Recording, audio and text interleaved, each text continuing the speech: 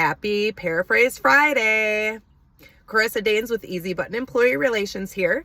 And I just wanted to touch base with you guys. I'm sitting out in my car here after I left potential clients, and I listened to a webinar on the way here this morning, and I just wanted to kind of paraphrase it for you.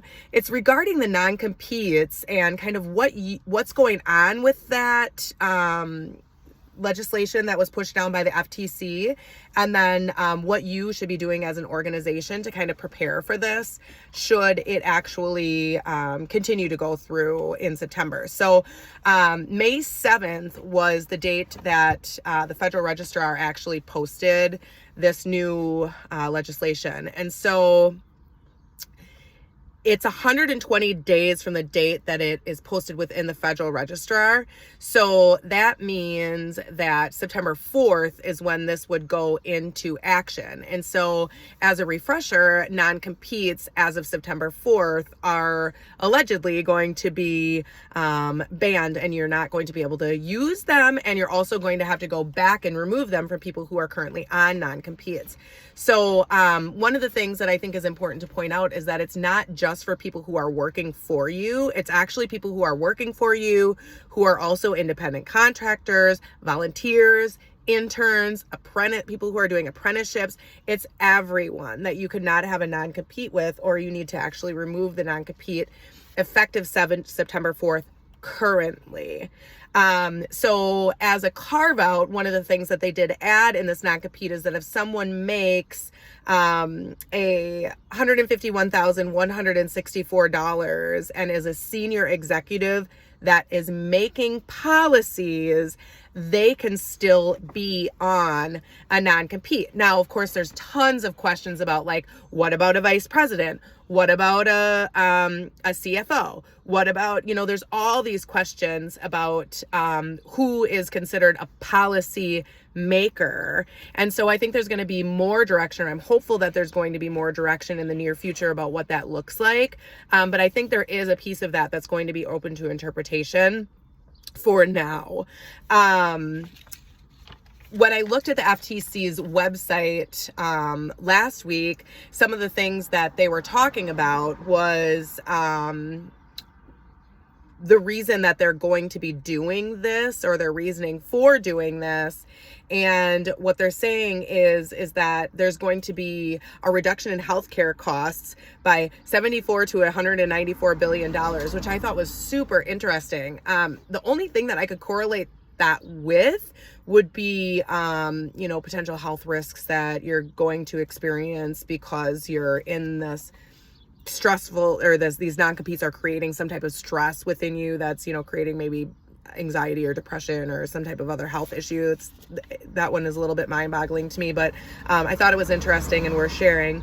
And then there's going to be a 2.7% increase in business creation annually. So they're saying that a lot of these non-competes are holding back people from opening new businesses, which I'm sure that that's true. And then there's also going to be between 17 and 29,000 more patents that are going to be put forward annually as well. And so I would believe that as well. And then $400 to $488 billion in increased wages over the last 10 years. So interesting statistics that they have out there on the FTC's website. I'll be interested to hear kind of where they're getting this data from, because some of it is just very interesting to me. So what can you guys do, or what do we need to look at? So one of the things that this webinar really touched base on was, you really want to start making a list of people who are non-competes with you, but not only that, looking at your non-solicits and your NDAs, your non-disclosures, because sometimes they put umbrella statements in there that really are kind of more a non-compete than they are a non-solicit or an NDA. So for instance, if you have a non-solicit and you say you can't contact any customers that this organization works with, well, there might be some pushback on that. And I think there was actually just a court case on this where they're like, well, they can't contact the people that they actually support. But you can't throw this giant net and say that they can't contact anyone that the employer does business with. So because that relationship hasn't necessarily been established. So really you're wanting to do a non-solicit for the relationships that person had created because of their organization, because of their job in the organization. But if it's people who they've never even contacted before or don't have an established relationship with, there's potential for that to be considered a non-compete. So you also want to make sure that you're having somebody look at those. I think it would probably be best for an attorney to look at that type of documentation. I personally wouldn't feel comfortable making that decision for you, but I'm certainly able to give you some advice, I guess, on who you should maybe talk to. That would be an attorney for them to look at those documents. So get a list together, start looking at those documents for sure. And then what are you going to have to do on September 4th? So I'm thinking that what you're probably going to want to do before September 4th is by August, start getting together some communications that you're going to be sending out to these people who are on non-competes, because you're going to either have to email them or you're going to have to send them some type of a letter letting them know September 4th, if this does go through, that they are no longer on a non-compete and they can take any job that they want to take. And it doesn't matter if it's any type of competition with the organization that you are currently working for, or that they are currently working for or worked for previously. So I think that would be, next steps. Make a list of who's on non-competes, have non-solicits and NDAs looked at as well by an attorney to make sure that you are not, maybe actually creating a non-compete within a non-solicit or an NDA. And then also, make sure that you're getting documentation together to send out to these individuals that are currently on non-competes. So when September 4th comes, you are ready to put that out there.